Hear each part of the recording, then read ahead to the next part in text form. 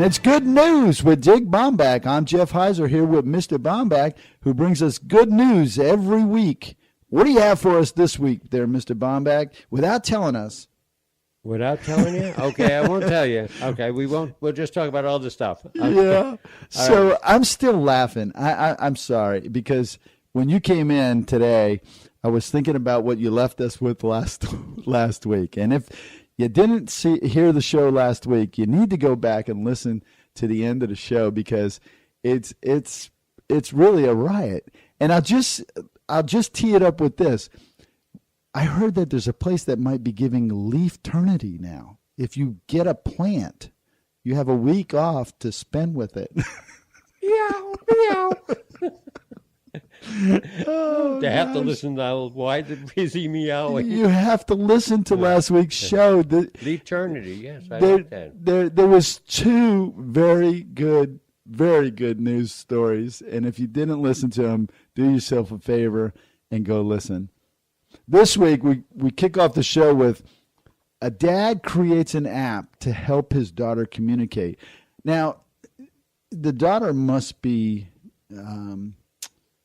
a special needs child, because my daughter doesn't need any app to communicate. No. Yeah, this is Rod Latham's. Her daughter's name is Sadie, and she has nonverbal autism. And she has been trying to communicate with the parents, but very frustrating. So Rob created a revolutionary app called Tippy Talk to help her say what she wanted, felt, or needed. And it presents photos of her mother and of her dad, and then she selects from different images what she wants or what she's trying to tell them. Wow. Right. And that's how she's communicating. Wow. And she has thanked them through the app, because he put a thank you on the app. Wow. Now, how old is she? She is 12 years old. I mean, that's big. Yeah, and he was elected College Entrepreneur of the Year in 2015, and he just wanted to help out, and also other people and other parents with children that have this type of disability, and it's called Tippy Talk. Now, how do you think this is different from like what Stephen Hawking's or like on that show Speechless, the apps that they use where they use their eyes to select the words? Well, I think that with her, apparently her stage of the autism, that he needed something very basic for her. Oh, gotcha. Okay, I gotcha. Very good. Very good. That's amazing. I mean, out of necessity comes a lot of great things, and that they needed to communicate. Your next one is this was another one that I saw in the news, and I think this is amazing, because it's been questions. A lot of questions have been going around. What Facebook saying, if a police officer was this, would you step in? And this woman, she took action. This woman saves a policeman from an attacker on the side of the road.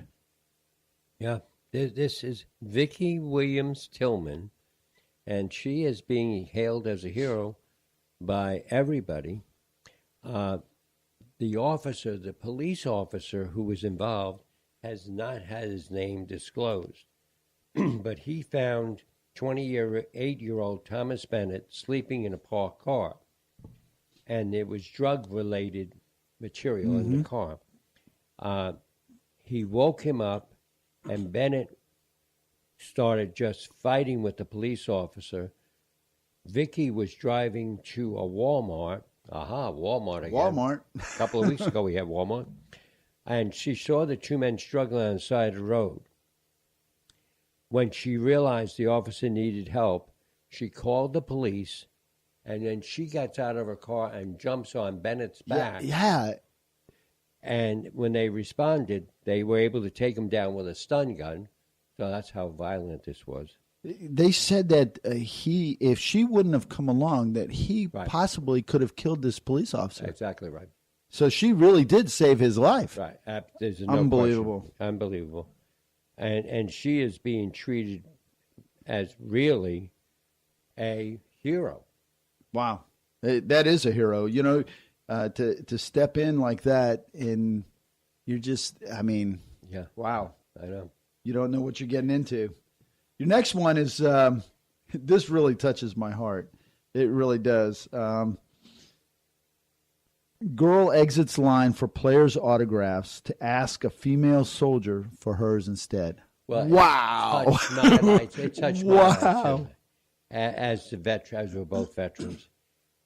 This is a little girl named McKinney Woodburn, and she was standing in line outside the Boston Red Sox game. Oh, I would have got out of line too then. And, No. and she decided she didn't want to get signatures Yeah. from the players. And she saw this female Army reservist, Olivia Russell, standing on the side. And she said, "Can I have your autograph? I like what you do. I think you do a lot of good stuff." Wow.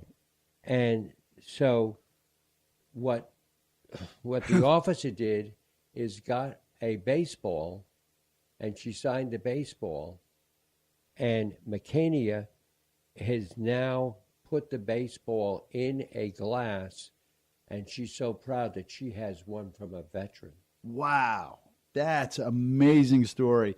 You know, it's too bad we don't have more young people like that. I just did a show about this, about how we put so much into these people like the Kardashians and all these others that, you know, everybody aspires to be them, and it's like, why? Yeah. Why? Right. And you know, we need to see what happens to this young lady. Oh yeah, definitely. She's a special young lady. Now the next one is another police story, and it's about a cop that goes above and beyond for a stranded student with a busted car. Now I can tell you, in my younger days, it was for a busted student in a stranded car. It wasn't a stranded student. It was a busted student in a stranded car. Right, reversed, yes. Yeah. Well, this is actually Officer Jason Bourne. He saw a young man, an 18-year-old, with a tire blowout, and he pulled over to help him change the tire, and he didn't have a jack to change the tire. So he began to teach him how to change it. And when they went to get the spare tire, they found out the spare tire did not match. It had been thrown in the back. Oh, wow. And it didn't even match. So Bourne and his partner went out on their own and got new tires for the student. And they said, "These are for you. We're going to take care of your new tires for your car." And then The police officer bought the police officers Wow. bought this. And then, but he'd still be driving an old car. So what they did is they started a GoFundMe page, and they had a goal of reaching $5,000 to help him get a new car. Wow. And so far, $6,900 has been raised. That would have been good bail money. But that's a good car money. No, that's a real good car Used money. Yeah. You know, and Wow. And again, as we've said so many times with this show, when's the last time you heard this story about a police officer doing something No, you don't. positive? Yeah, this is so heartwarming, some of these stories that you bring us, because you just don't hear this in the news. You just don't. And you know, I have to share this with you. I've done something over the last couple months, actually this past month, and people that know me are going to fall off the chair when they hear this. You know, if you were to go to DirecTV would look up my account, and I was like number 100 with them. And I have cut off my DirecTV. Yes, I have cut off my DirecTV, and I have basically pretty much stopped watching the news and anything that's negative right now. And I have to tell you, it's amazing. You don't realize how much this stuff brings you down until you stop watching it, and then you're saying to yourself, "Boy, I don't feel so bad. Right. Things don't seem so bad," and it's because the negativity isn't constantly pounding you. You know, we thought, oh, it's been since 1990 something that we had DirecTV, and that it would be very difficult. And what would we watch, and what would we do, and all this. We've watched all kinds of shows, and we're watching a show right now about our history, about John Adams. Holy smokes, what a show! Such a positive show in so many ways. Even though it talked about really negative things, Right. It's very positive show. Well, and I think that there are so many like you and me and our families who are over it. I'm definitely over it. A couple of weeks ago, we were watching the nightly news, and the lightest story that came in at the 23-minute mark was the Oscar goof up. And I'm so glad that we weren't involved in that one. Yeah. But I mean, and the story was about a minute and 10 seconds long. Yeah, it's amazing when you look at it. The first story is how bad the president's doing and what his screw ups were. Right. Then it's the terrible storms that are decimating the country, and then it's the world hates us, and all this stuff is happening, and then you get a 30-second piece on Made in America, or how great this is, or it's amazing. Yeah. And you turn that off, things change. Yeah, things really change. And I think that more and more people are saying that. In my family, just about everybody has cut the cable. They have pretty much turned things off. Now, do you still have the big TV boxes? No, I'm kidding. No, no. I was a big satellite dish guy. Had the big 10-foot dish. And I have followed DirecTV. DirecTV, was a part of the product that we put on airplanes. And I just came to realize that it's just not worth it. Yeah. It's just not worth all of what that stuff brings you to. Because you're not just watching network news now. You're watching, all of the cable news and all of this other stuff. Exactly. And you just want to throw something at the TV. And so you turn it off and, wow, things change. Ah, yes.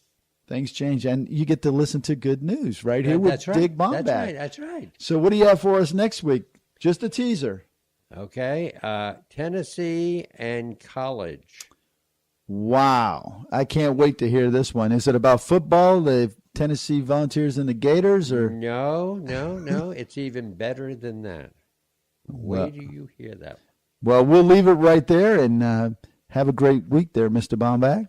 You too, sir, and we'll see you with good news next week.